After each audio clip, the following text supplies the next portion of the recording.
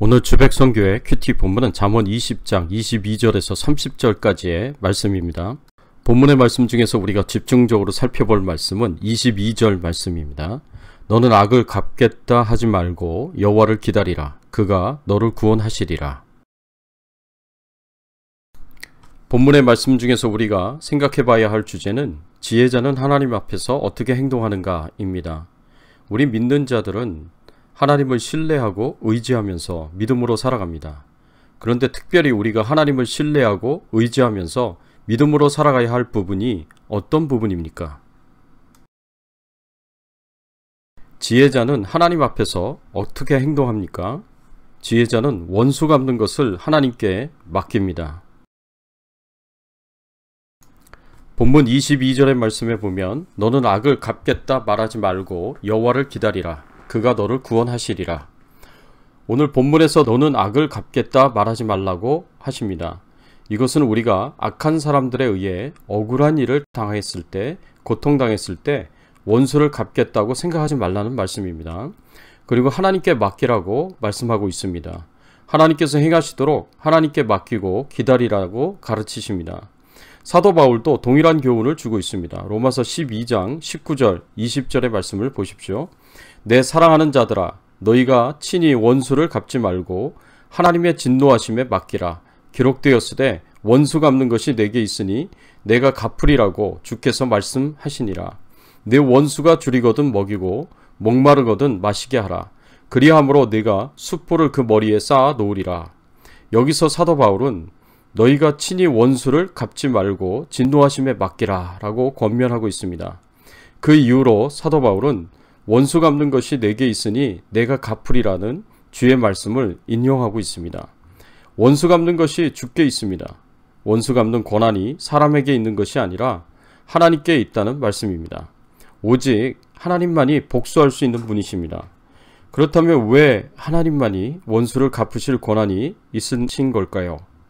그것은 바로 하나님이 전능하신 분이어서 모든 판단에 완전하시고 정확하시지만 우리는 전능한 존재가 아니게 잘못 판단하기 쉽기 때문입니다.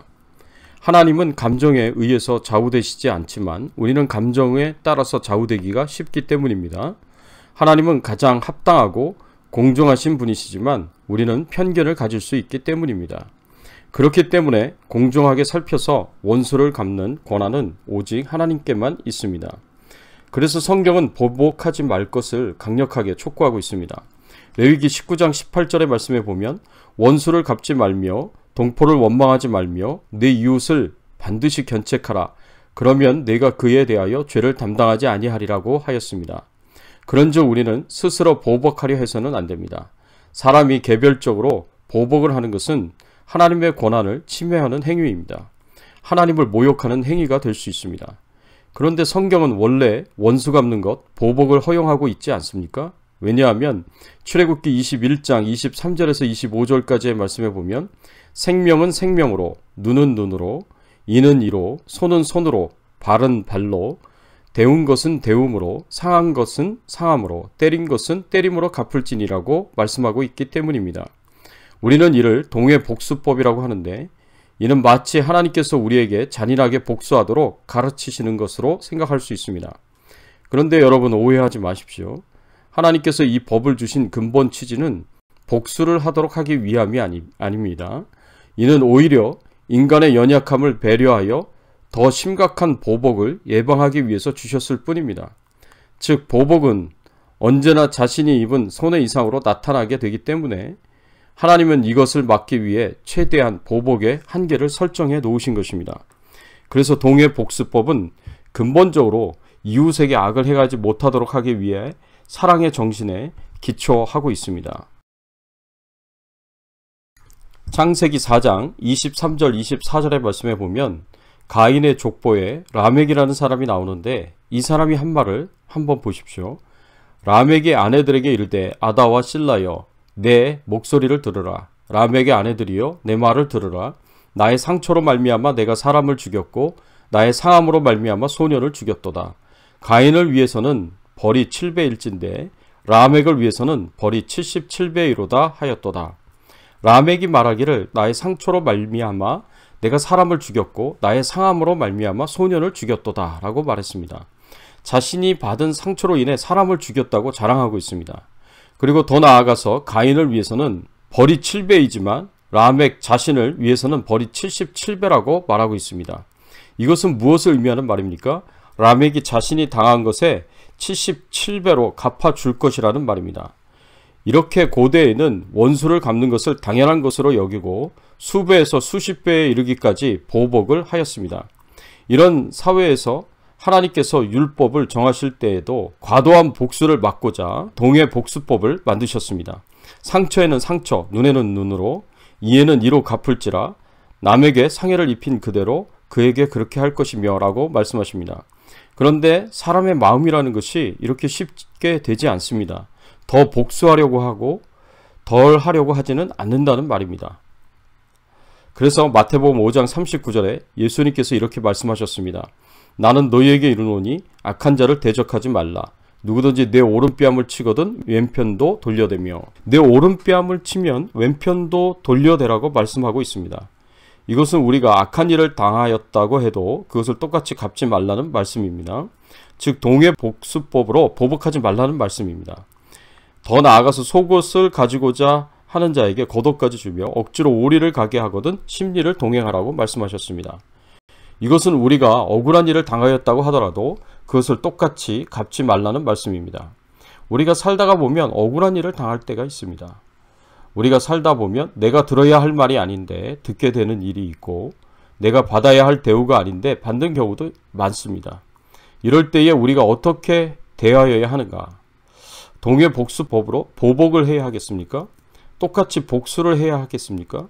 아니면 다른 방법이 있습니까? 보복이 아니고 복수도 아닌 다른 길을 택한 사람들이 있습니다. 다윗이 그런 경우입니다. 우리가 알다시피 이스라엘의 초대 왕이었던 사울왕은 마음속에 독한 시기와 질투를 가지고 있었던 사람입니다.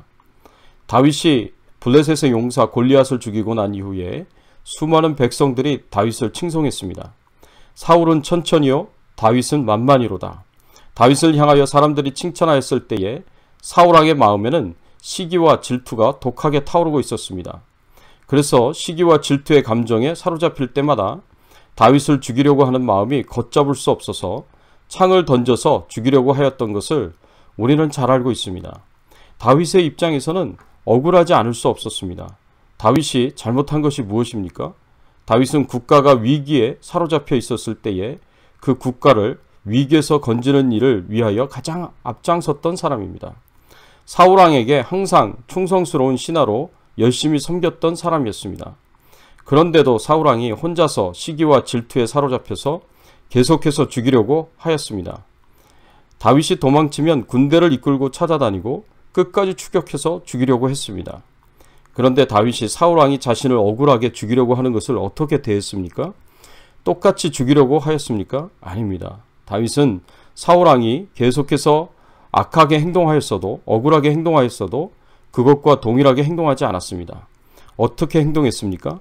조용히 한밤중에 찾아가서 잠들어 있는 사울왕을 죽일 수 있었는데도 불구하고 그렇게 하지 않았습니다. 기름 부음 받은 자를 해할 수 없다라고 생각하며 옷자락만 살며시 잘라서 자신이 사울왕을 죽일 의도가 없음을 명백하게 밝혔습니다. 그리고 이것을 스스로 깨달은 사울왕이 물러가도록 했습니다. 다윗이야말로 얼마나 대단한 사람입니까? 억울한 일을 당하였어도 악한 일을 당하였어도 동해복수법으로 대하지 않았습니다. 그래서 예수님께서도 마태복음 5장 43절, 44절의 말씀에 이렇게 말씀하셨습니다. 또 내 이웃을 사랑하고 내 원수를 미워하라 하였다는 것을 너희가 들었으나 나는 너희에게 이르노니 너희 원수를 사랑하며 너희를 박해하는 자를 위하여 기도하라. 예수님이 이런 삶을 실천하며 살지 않으셨습니까?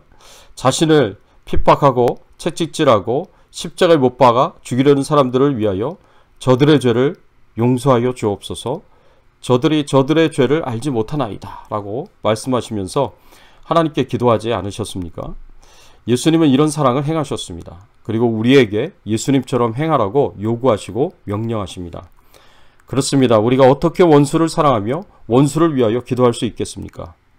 우리가 하나님과 원수 되었을 때 우리는 하나님으로부터 이런 사랑을 받았기 때문에 우리가 원수를 사랑할 수 있고 기도할 수 있는 것입니다. 이런 사랑을 우리가 머리로만 안 것이 아니라 실제로 경험했기 때문에 우리가 이런 사랑을 실천할 수 있는 것입니다. 우리가 한 행동에 대해서 하나님께서 동해 복수법으로 대하면 또는 하나님의 공의의 성품대로 우리를 심판하시면 우리는 결국 지옥에 갈 수밖에 없는 존재들이 아니었습니까? 그런데 하나님께서 우리를 불쌍히 여기시고 사랑으로 대하셨습니다. 우리를 용서하시기 위하여 오히려 친히 자신의 아들을 보내시며 그 아들이 대신 우리의 죄값을 치르게 하셨습니다. 이것이 얼마나 감사한 일입니까? 우리가 이런 사랑을 받았고 경험하였기에 우리는 이런 사랑을 실천할 수 있는 것입니다. 그러니 성경의 말씀대로 예수님의 명령대로 공의로우신 하나님께서 공의롭게 공평하게 판단하시고 행하실 것을 믿고 우리는 하나님께 원수 갚는 것을 맡겨야 합니다. 사랑하는 성도 여러분, 하나님을 믿고 원수를 하나님께 맡기시기 바랍니다. 공평하시고 공의로우신 하나님께 올바로 판단하시고 뿌린 대로 거두게 하실 것입니다. 악을 행하는 자에게는 반드시 심판과 형벌을 주십니다. 그리고 선을 행하는 자에게는 반드시 위로와 상급을 주십니다. 이것을 믿고 원수를 하나님께 맡기시면서 평안 가운데 사실 수 있는 저와 여러분들이 되시기를 예수 그리스도의 이름으로 축원합니다. 함께 기도하겠습니다. 하나님 아버지 감사합니다. 그렇습니다. 원수 갚는 것은 하나님께 속한 것입니다. 오늘 말씀을 통해서 가르쳐 주시니 감사를 드립니다. 하나님께 모든 것을 다 맡기고 공의로우신 하나님께서 올바르게 판단하여 주셔서 올바르게 판결을 내려주셔서 우리가 뿌린 대로 거둘 수 있도록 하나님께서 은혜를 베풀어 주시옵소서. 하나님, 특별히 오늘 하루도 주님과 동행하며 사는 하루 되게 하시고 주님이 위로해 주시고 격려해 주시고 용기를 주시고 힘을 주시는 하루가 되게 축복해 주시옵소서. 질병 중에 연약한 가운데 있는 성도님들을 치료하여 주시옵소서. 바이러스로부터 안전하게 하여 주시옵소서. 생업을 축복해 주시옵소서. 감사드리며 예수 그리스도의 이름으로 기도드리옵나이다. 아멘.